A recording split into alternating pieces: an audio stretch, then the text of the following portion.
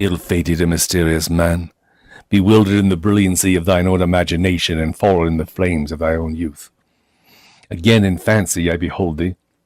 Once more thy form hath risen before me, not as thou art in the cold valley and shadow, but as thou shouldest be, squandering away a life of magnificent meditation in that dim city of visions, thine own Venice, which is the star-loved Elysium of the sea, and the wide windows of whose Palladian palaces look down with a deep and bitter meaning upon the secrets of her silent waters. As I repeated, as thou shouldest be. There are surely other worlds than this, other thoughts than the thoughts of the multitude, other speculations than the speculations of the sophist. Who then shall call thy conduct into question? Who blame thee for thy visionary hours, or denounce those occupations as a wasting away of life, which were but the overflowings of thine everlasting energies? And Brookwick just mentioned again, it is thick language, it's older language, and again you can grab it there to read along if you want to. It was at Venice, beneath the covered archway there called the Ponte dei Sospiri, that I met for the third or fourth time the person of whom I speak. It is with a confused recollection that I bring to mind the circumstances of that meeting. Yet I remember, how should I forget it? I remember the deep midnight, the bridge of sighs, the beauty of woman, the genius of romance that stalked up and down that narrow canal. It was a night of unusual gloom. The great clock of the piazza had sounded the 5th hour of the Italian evening. It was a Friday on the 22nd of January. The square of the Campanile lay silent and deserted, and the lights in the old ducal palace were dying fast away.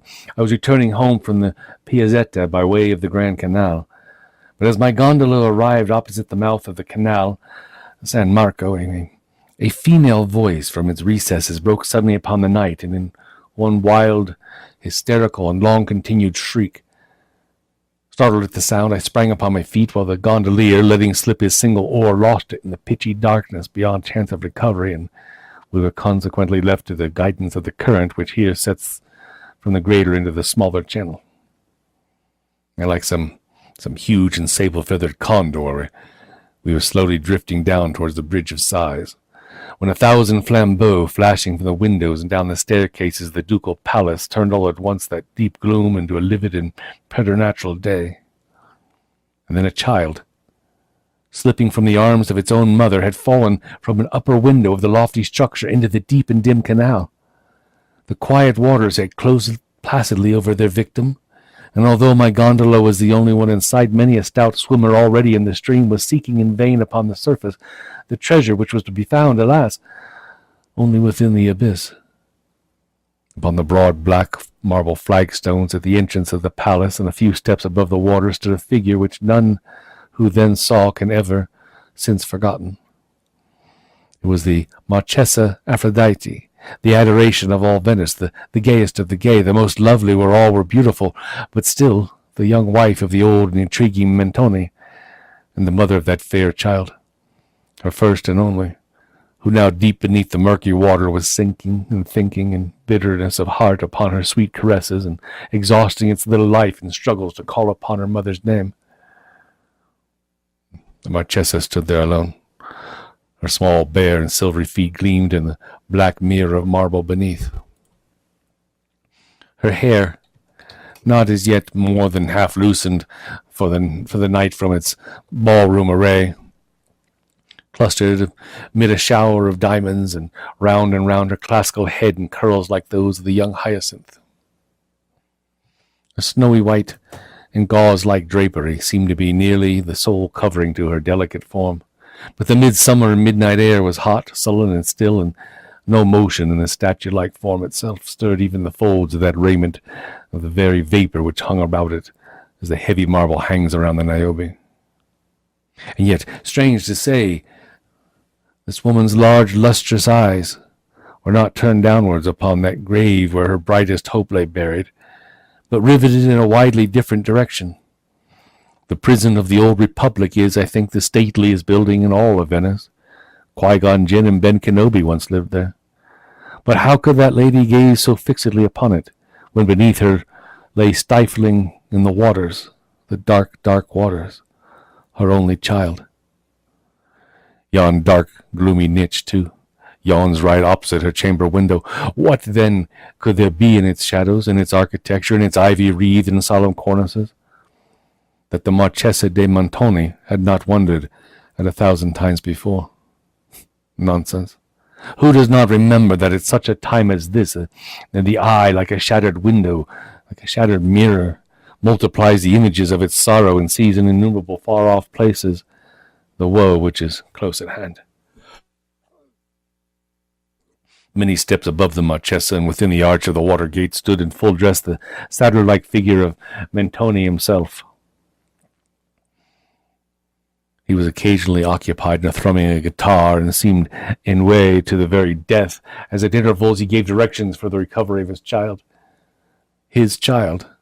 Stupefied and aghast, I had myself no power to move from the upright position I had assumed upon first hearing that shriek, and I must have presented to the eyes of the agitated group a spectral and ominous appearance, as with the pale countenance and rigid limbs I floated down among them in that funereal gondola. All efforts proved in vain. Many of the most energetic in the search were relaxing their exertions.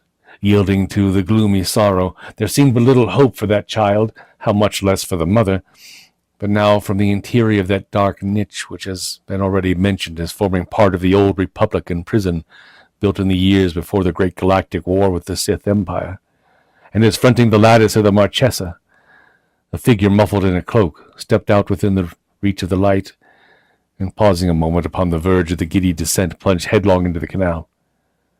As in an instant afterwards, he stood with the still living and breathing child within his grasp upon the marble flagstones by the side of the Marchesa. His cloak, heavy with the drenching water, became unfastened, and falling in folds about his feet, discovered to the wonder-stricken spectators the graceful person of a very young man, with the sound of whose name the greater part of Europe was then ringing. No words spoke the deliverer, but the Marchesa. She will now receive her child. She will press it to her heart. She will cling to its little form and smother it with her caresses. Alas, another's arms have taken it from the stranger. Another's arms have taken her baby away, and the born are far off, unnoticed, into the palace. And the Marchesa, her beautiful lip trembles, her tears are gathering in her eyes. Those eyes which, like Pliny's Ancanthus, are soft and almost liquid. Yes, as tears are gathering in those beautiful eyes, and see, the entire woman thrills throughout her soul, and the statue is startled into life. The pallor of the marble countenance, the swelling of the marble bosom, the very purity of the marble feet, we behold suddenly flushed over with a tide of ungovernable crimson, and a slight shudder quivers about her delicate frame, as a gentle air at Napoli about the rich silver lilies in the grass. But why? Why should that lady blush? To this demand there is no answer, except that, having left in eager haste and terror of a mother's heart the privacy of her own boudoir, she has neglected to enthrall her tiny feet in their slippers, and utterly forgotten to throw over her Venetian shoulders that drapery which is their due. What other possible reason could there have been for her so blushing? For the glance of those wild, appealing eyes, for the unusual tumult of the throbbing bosom, for the convulsive pressure of that trembling hand. That hand which fell as Mentoni turned into the palace, that hand fell accidentally upon the hand of the stranger that rescued the baby from the watery grave. Yes, their hands brushed. What reason could there have been for the singularly low tone of those unmeaning words which a lady uttered hurriedly in bidding him adieu? "Thou hast conquered," she said, or the murmurs of the water deceived me. "Thou hast conquered. 1 hour after sunrise, we shall meet. So let it be. So let it be." The tumult subsided. The lights had died away within the palace, and the stranger, whom I now recognized, stood alone upon the flags. He shook with inconceivable agitation. His eye glanced around in search of a gondola. I could not do less than offer him the service of my own, even without an oar, and he accepted the civility. And we obtained an oar at the water gate. We proceeded together to his residence, while he rapidly recovered his self-possession, and spoke of our former slight acquaintance in terms of great apparent cordiality. There are some subjects upon which I take pleasure in being minute. The person of the stranger. The stranger, let me call him by this title, who to all the world was still a stranger. The person of the stranger is one of these subjects. In height, he might have been below rather than above the medium size, although there were moments of intense passion when his frame actually expanded and belied the assertion. The light, almost slender symmetry of his figure promised more of that ready activity which he evinced at the Bridge of Sighs than that of the Herculean strength which he has been known to wield without an effort upon occasions of more dangerous emergency. With the mouth and chin of a deity, singular, wild, full, liquid eyes, whose shadows varied from pure hazel to intense and brilliant jet, and a profusion of curling black hair from which a forehead of unusual breadth gleamed forth at intervals all light and ivory. His were features than which I have seen none more classically regular, except perhaps the marble ones of the Emperor Commodus. Yet his countenance was nevertheless one of those which all men have seen at some period of their lives and have never afterwards seen again. High art. His countenance had no peculiar, but had no settled, predominant expression to be fastened upon the memory. A countenance seen and instantly forgotten, but forgotten with a vague and never-ceasing desire of recalling it to mind. Not that the spirit of each rapid passion failed at any time to throw its own distinct image upon the mirror of that face, but that the mirror-like retained no vestige of the passion when the passion had departed. Upon leaving him on the night of our adventure, he solicited me, and in what I thought an urgent manner, to call upon him very early the next morning. And so shortly after sunrise, I found myself accordingly at his palazzo, one of the huge structures of gloomy yet fantastic pomp which towers above the waters of the Grand Canal in the vicinity of the Rialto. You know the place. I was shown up a broad, winding staircase of mosaics into an apartment whose unparalleled splendor burst through the opening door with an actual glare, making me blind and dizzy with luxuriousness. I knew now my acquaintance to be wealthy. Report had spoken of his possessions in terms which I'd even ventured to call terms of ridiculous exaggeration. But as I gazed about me, I could not bring myself to believe that the wealth of any subject in Europe could have supplied the princely magnificence which burned and blazed around. Although, as I say, the sun had arisen, yet the room was still brilliantly lighted up. I judged from this circumstance, as well as from an air of exhaustion in the countenance of my friend, that he had not retired to bed during the whole of the preceding night. In the architecture and embellishments of the chamber, the evident design had been to dazzle and astound. Little attention had been paid to the decor of what is technically called keeping, or to the proprieties of nationality. The eye wandered from object to object and rested upon none, neither the grotesques of the Greek painters, nor the sculptures of the best Italian days, nor the huge carvings of untutored Egypt. Rich draperies in every part of the room trembled to the vibration of low, melancholy music, whose origin was not to be discovered. The senses were oppressed by mingled and conflicting perfumes, reeking up from some strange convolute censers, together with multitudinous flaring and flickering tongues of emerald and violet fire. The rays of the newly risen sun poured in upon the whole through windows formed each of a single pane of crimson-tinted glass. Glancing to and fro in 1,000 reflections from curtains which rolled from their cornices like cataracts of molten silver, the beams of natural glory mingled at length fitfully with the artificial light, and lay weltering in subdued masses upon a carpet of rich, liquid-looking cloth of chilling gold.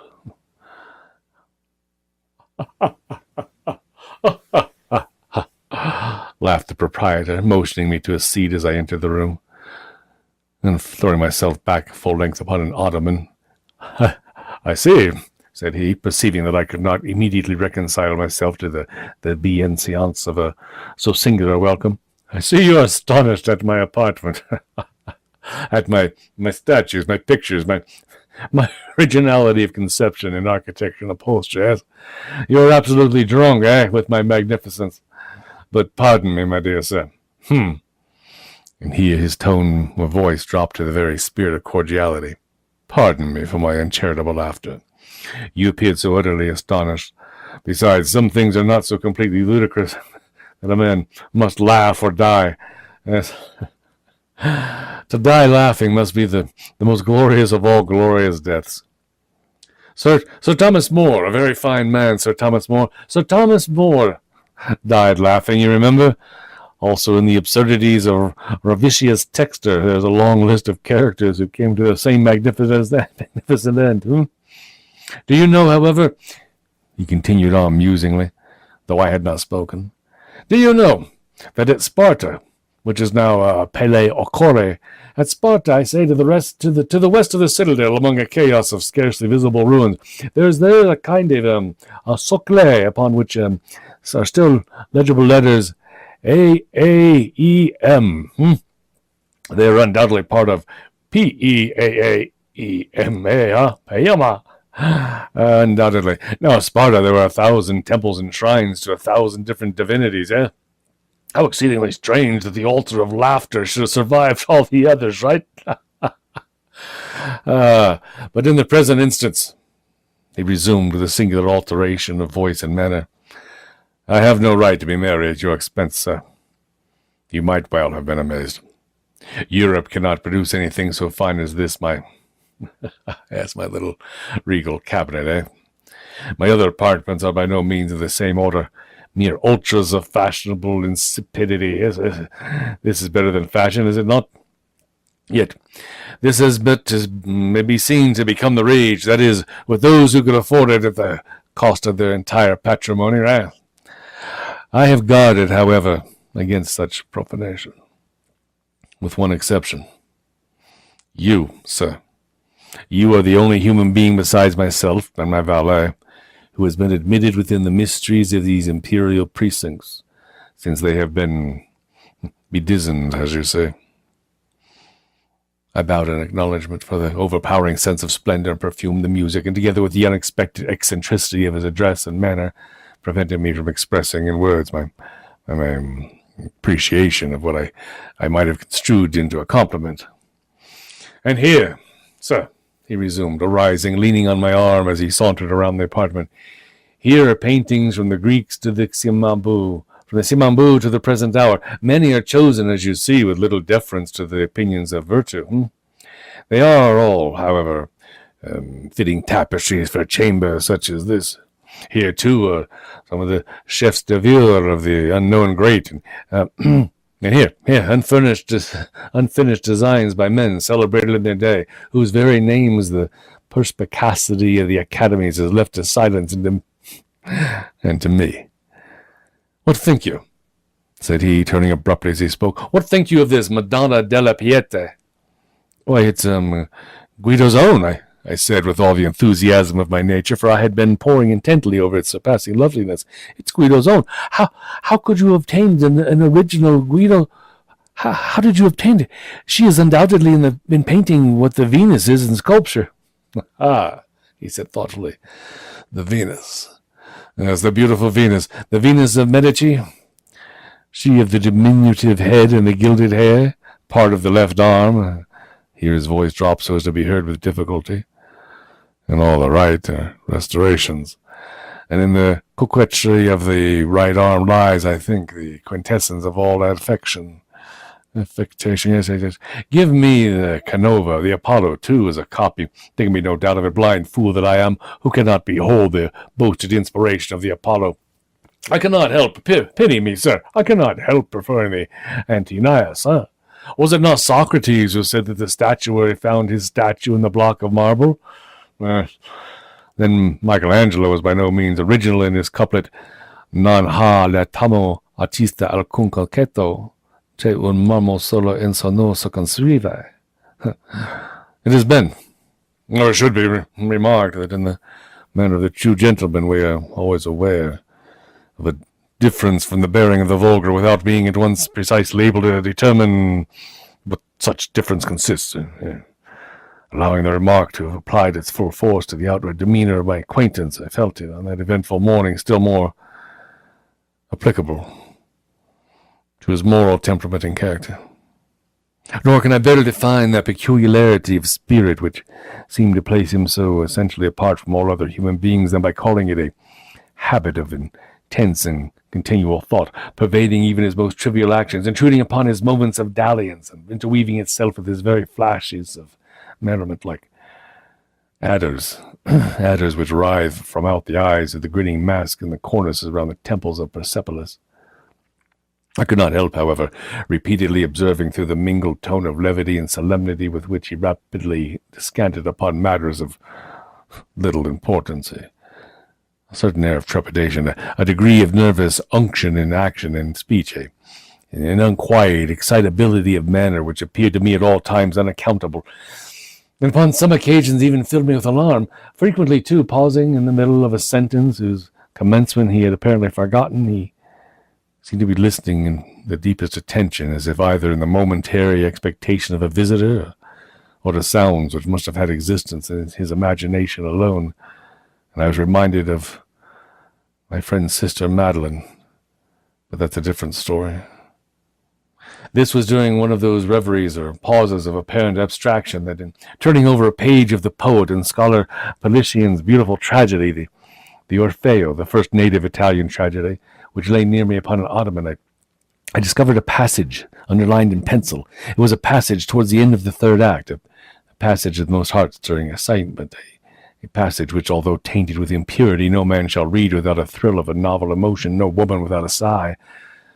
The whole page was blotted with fresh tears, and upon the opposite interleaf were the following English lines, written in a hand so very different from the peculiar characters of my acquaintance that I had some difficulty in recognizing it as his own. Thou wast all to me, love, for which my soul did pine, a green isle in the sea, love, a fountain and a shrine, all wreathed with fairy fruits and flowers, and all the flowers were mine. Ah, dream too bright to last, ah, starry hope, thou didst arise, but to be overcast. A voice from out the future cries, onward, but o'er the past dim gulf. My spirit hovering lies, mute, motionless, aghast, for alas, alas, with me the lights of life is o'er. No more, no more, no more. Such language holds the solemn seed of the sands upon the shore, shall bloom in the thunder-blasted tree or the stricken eagle soar. Now all my hours of trances and all my nightly dreams are where the dark eye glances, and where thy footstep gleams, and what ethereal dances, by what Italian streams, alas, for that cursed time they bore thee o'er the billow, from love to tilted age and the crime, and an unholy pillow, from me and from our misty clime, where weeps the silver willow. Now, as I say, that these lines were written in English, a language which I had not believed their author acquainted, afforded me little matter for surprise. I was too well aware of the extent of his acquirements and of the singular pleasure he took in concealing them from observation to be astonished at any similar discovery. But the place of date, I must confess, occasioned me no little amazement. It had been originally written London, and afterwards carefully overscored, not, however, so effectually as to conceal the word from a scrutinizing eye such as mine. I say this occasioned me no little amazement, for I well remember that in a former conversation with a friend I particularly inquired if he had at any time met in London the Marchesa de Montoni, who for some years previous to her marriage had resided in that city, when his answer, if I mistake not, gave me to understand he had never visited the metropolis of Great Britain. I might as well here mention that I have more than once heard, without of course giving credit to a report involving so many improbabilities, I have more than once heard that the person of whom I speak was not only by birth, but in education an Englishman. Sir, there's one painting, said he, without being aware of my notice of the tragedy. There is still one painting which you have not seen. And throwing aside a drapery, he discovered a full-length portrait of the Marchesa Aphrodite. Human art could have done no more than the delineation of her superhuman beauty. The same ethereal figure which stood before me the preceding night upon the steps of the ducal palace stood before me once again, but in the expression of the countenance, which was beaming all over with smiles, there still lurked incomprehensible anomaly. There still lurked that fitful stain of melancholy which will never and ever be found inseparable from the perfection of the beautiful. Her right arm lay folded over her bosom. With her left she pointed downward with a curiously fashioned vase. One small fairy foot, alone visible, barely touched the earth. and scarcely discernible in the brilliant atmosphere which seemed to encircle and enshrine her loveliness, floated a pair of the most delicately imagined wings. My glance fell from the painting to the figure of my friend, and the vigorous words of Chapman's Bosset d'Amboise quivered instinctively upon my lips. He is up there like a Roman statue. He will stand till death had made him marble. Ha, ha, ha. Quite. Come, he said at length, turning towards a table of richly enameled and massive silver upon which were a few goblets fantastically stained, together with 2 large Etruscan vases, fashioned in the same extraordinary model as that in the foreground of the portrait, and filled with what I supposed to be Johannesburger. Come, he said abruptly, let us drink. It is early, but let us drink. It is indeed early, he continued musingly as a cherub with a heavy golden hammer made the apartment ring with the first hour after sunrise. It is indeed early, but what that matters? Let us drink. Let us pour out an offering to yon solemn sun, which these gaudy lamps and censers are so eager to subdue, and having made me pledge him in a bumper, he swallowed in a rapid succession several goblets of that wine. To dream, he continued, resuming the tone of his desultory conversation as he held up to the rich light a censer of one of the magnificent vases. To dream has been the business of my life, sir. I have therefore framed for myself, as you see, a bower of dreams. In the heart of Venice could I have erected a better? You sit here.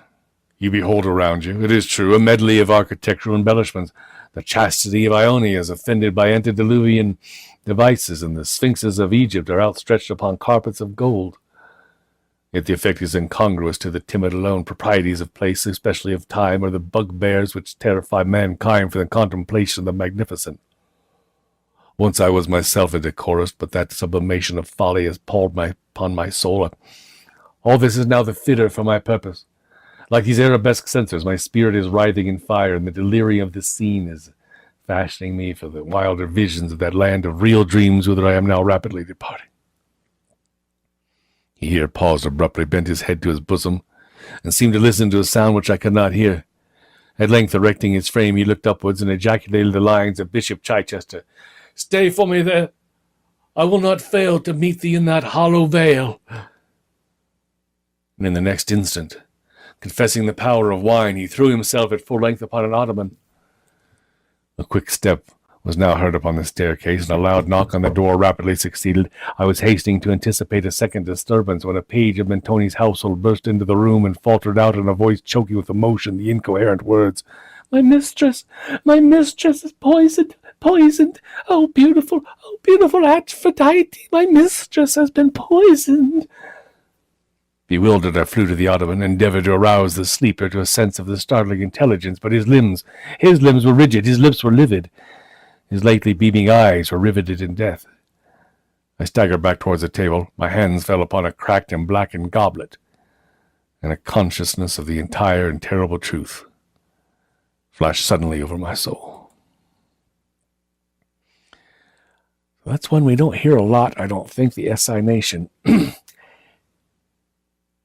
If you enjoyed the reading, I hope that you did. I hope you enjoyed the words and the language. And if you're intrigued by the meaning behind it and analysis and stuff, that they're abundant on the internet. Lots of places to go check it out. I kind of tend to go with the romantic lover's suicide pact. Marchesa had a baby, and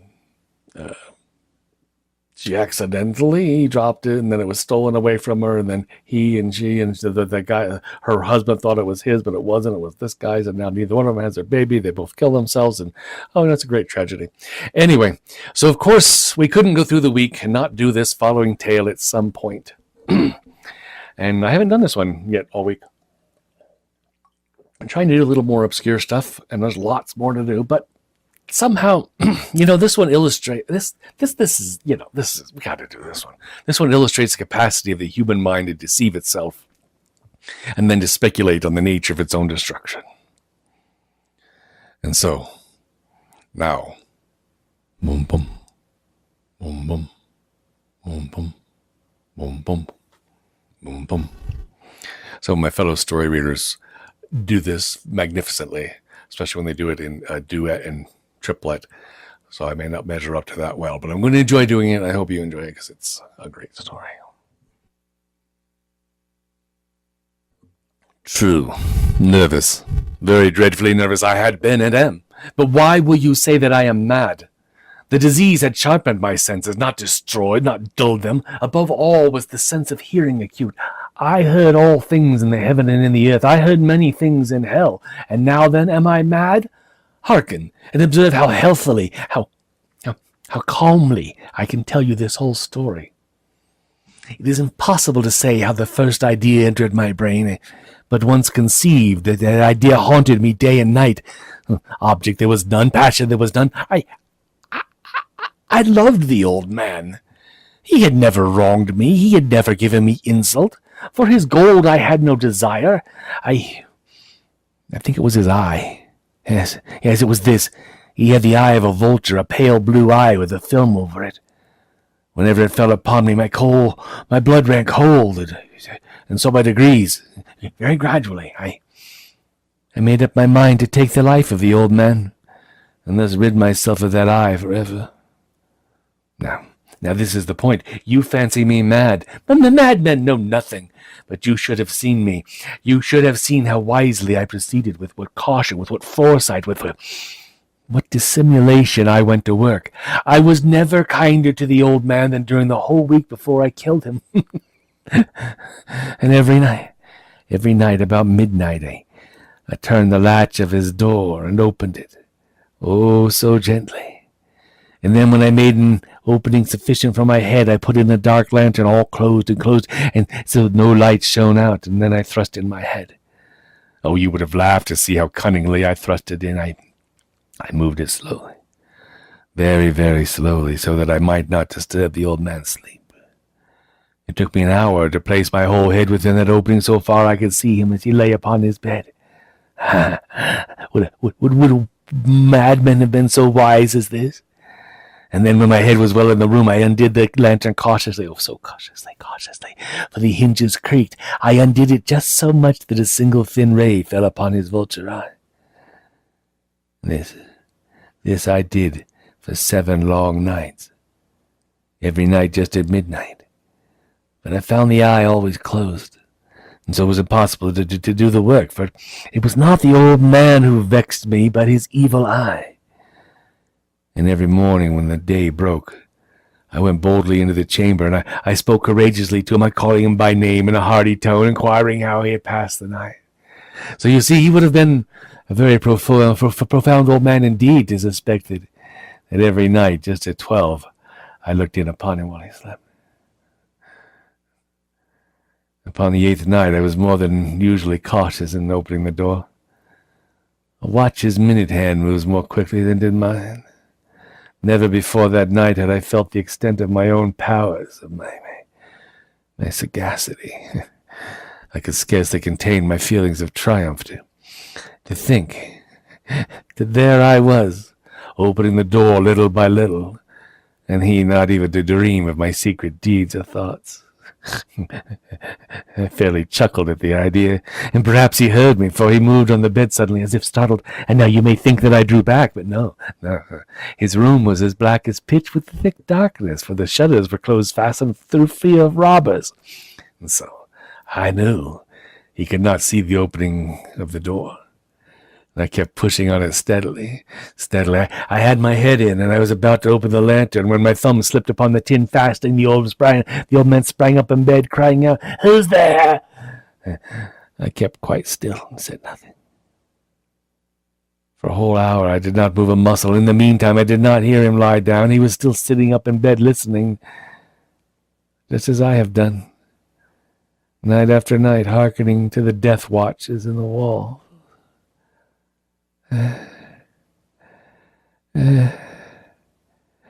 Presently I heard a slight groan.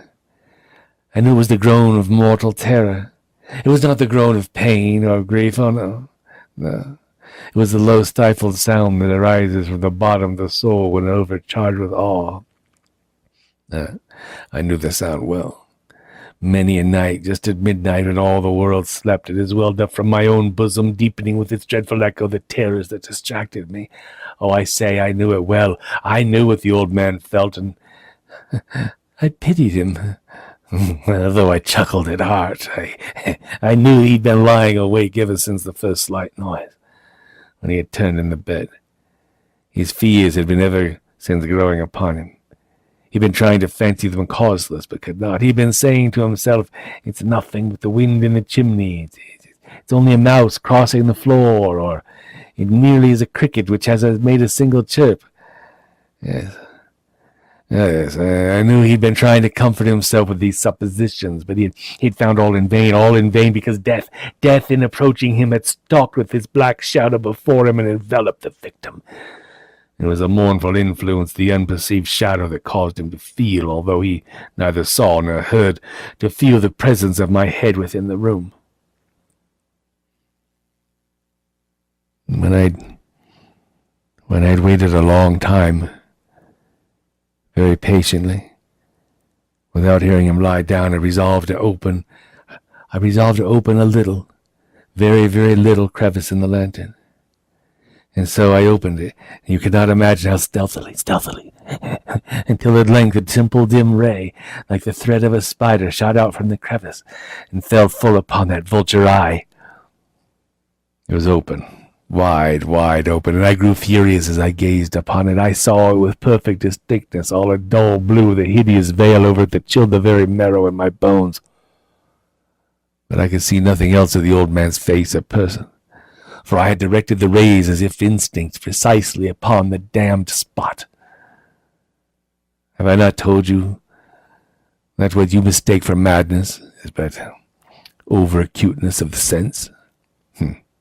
Now, I say, there came to my ears a dull roar, quick sound such as a watch makes when enveloped in cotton. I knew that sound well, too. It was the beating of the old man's heart. It increased my fury as the beating of a drum stimulates the soldier into courage. But even yet I refrained and kept still. I scarcely breathed. I held the lantern motionless.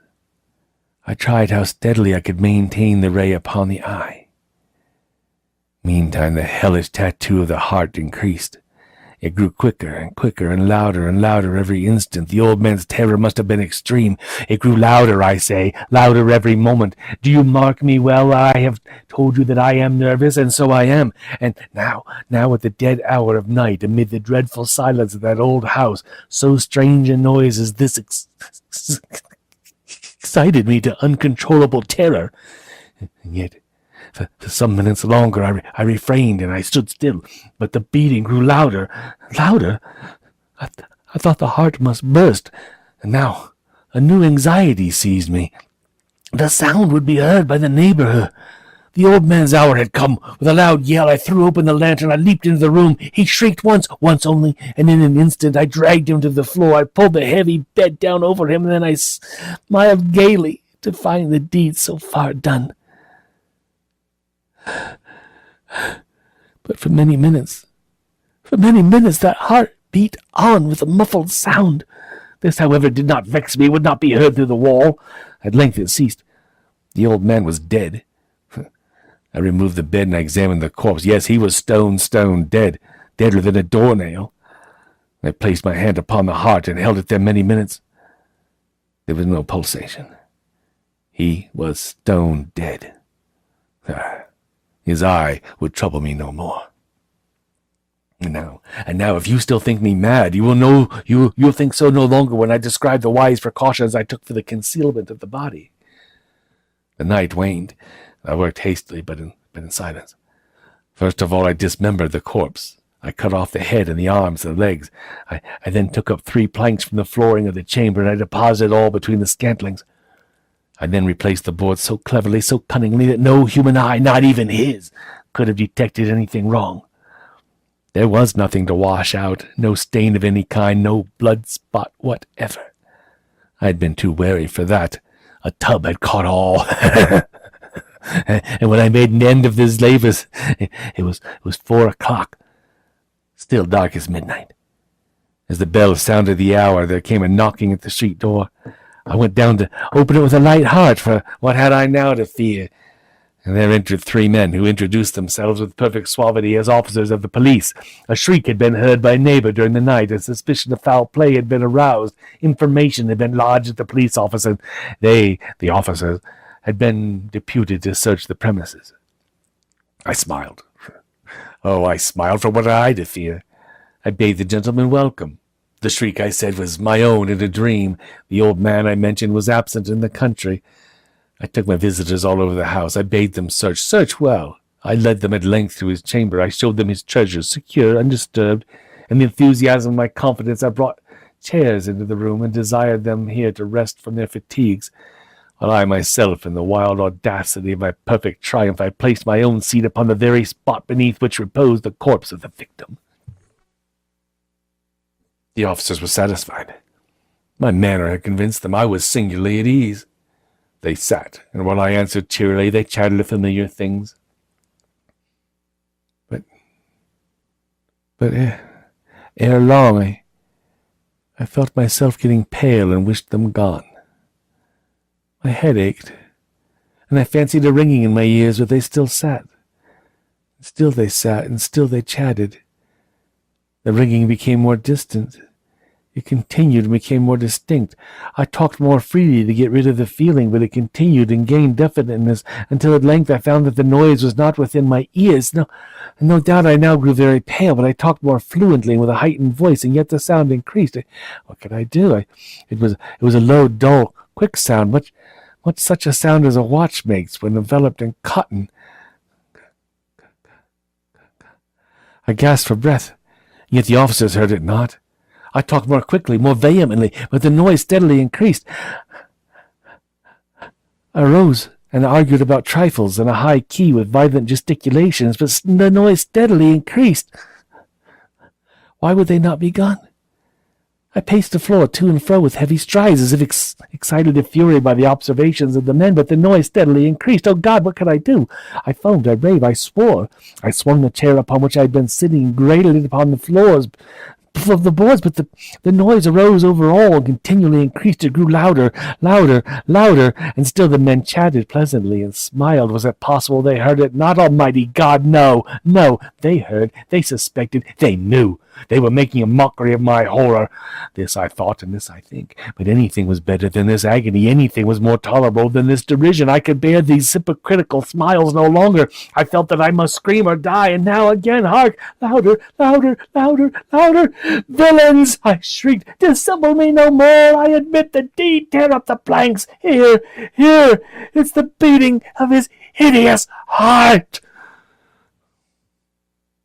I love those sweet little romantic poems, don't you? Dum-dum. Okay, we got 2 minutes, and we have a 2-minute long poem. Wow, bonus. So, one final poem, and maybe you like The Mask of the Red Death. Perhaps this one is a bit too timely. The poem tells of the power, the glory, the ingenuity, the corruption of ancient Rome. The ivy-covered arcades and decaying columns, the friezes and cornices are all that's left of the Coliseum now. Echoes of the past, saying that the stone ruins utter prophecies to the wise. These prophecies are the lessons that history teaches about how Rome became great, how it fell to ruin, like the Coliseum itself. The wise and mighty learn from these lessons to avoid ruination for everyone under their influence. And so this is the Coliseum by... Edgar Allan Poe.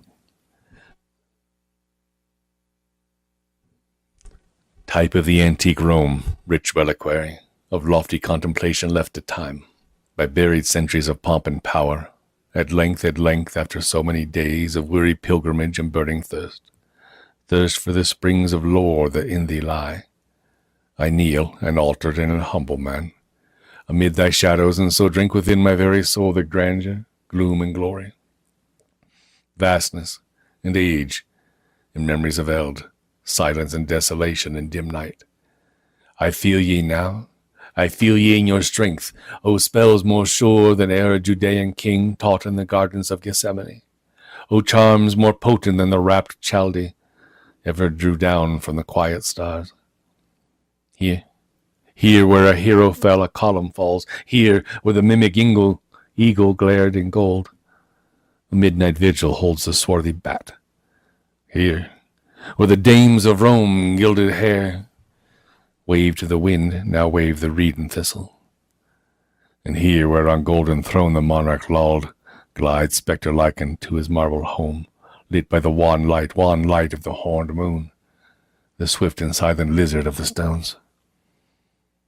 But stay, these walls, these ivy-clad arcades, these mouldering plinths, these sad and blackened shafts, these vague entablatures, this crumbling frieze, these shattered cornices, this wreck, this ruin, these stones, alas, these grey stones, are they all of the famed and colossal left by the corrosive hours to fate and me?